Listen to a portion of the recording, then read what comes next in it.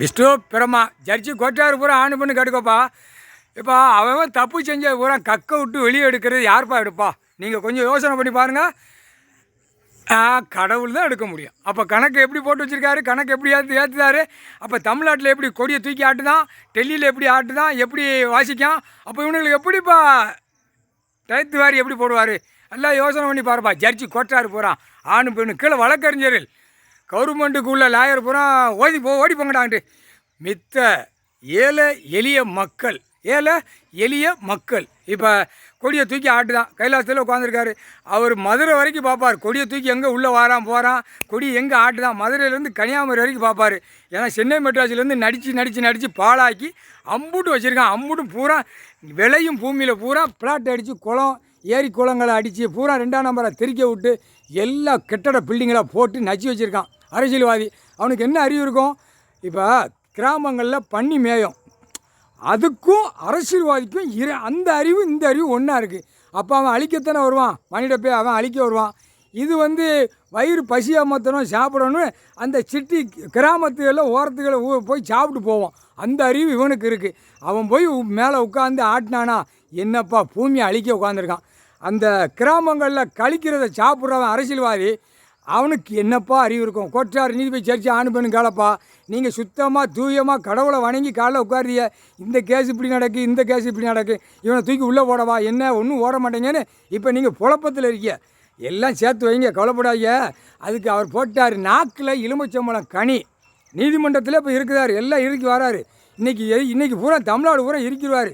இருக்கு நாக்கில் எலுமிச்சம்பழம் கனியும் அவன் கொடியும் குண்டு ஊசி வச்சு இருக்குதார் நாக்கில் அவன் குடும்பத்துக்கு. அப்போ என்னப்பா நடக்கும்? குடும்பம் வாரிசு வராது. குடும்ப வாரிசோடு அத்துருவார். குடும்ப வாரிசு இதோட சோழி முடிச்சிருவார். குடும்பமே இல்லாமல் ஆக்கிடுவார். புரிஞ்சுக்கிட்டீங்களாப்பா? ஜட்ஜி கொட்டாரு பூரா ஆணு பெண்ணு காலையில் கணக்கு போட்டால் கொஞ்சம் உட்காந்து பார்த்துக்கோங்கப்பா. நாங்கள் போடுற கணக்கு கொஞ்சம் மனசில் ஏற்றிக்கோங்க, ப்ரான்வென்ஸ் பண்ணிக்கோங்க, எல்லாமே ஏற்றிக்கோங்க. சரியா? நாங்கள் போடுற கணக்கை கரெக்டாக பார்த்து வச்சுக்கோங்க. அந்த டைம் வரையில் பிதிக்கி சாணியை வெளியே எடுத்து போடுவார். இப்போ வரைக்கும் நல்லா ஆடுதான், ஓட்டுதான், எல்லாமே நல்லா ஆட்டுதான். ஞாயிற்றுக்கிழமை ஆனால் கறி, கோழிக்கறி, ஆட்டுக்கறி, பன்னிக்கறி வாங்கி தின்னுட்டு ஓட்டுறான் இருக்காரு.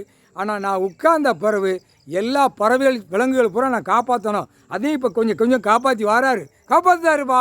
கடவுளேன்னு அதை நம்பி சாப்பாடு வைத்து கேட்குற காப்பாற்றுவார். இவன் இந்த 2 முண்டக்கண்ணை வச்சுக்கிட்டு பலாயிரம் கோடி இந்த மில்லு தொழிற்சாலை போட்டவன் அரசியல்வாதி நல்ல சட்டியில் போட்டு வறுத்து திங்க.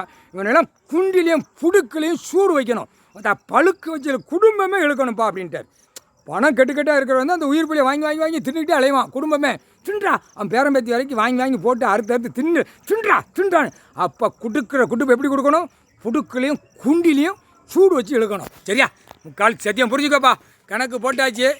இப்போ குண்டு ஊசி கொடி ஆணி, இந்த ஆணி இருக்கா, ஆணினா தான் தமிழ்நாட்டுக்காரர்களுக்கு தெரியும்.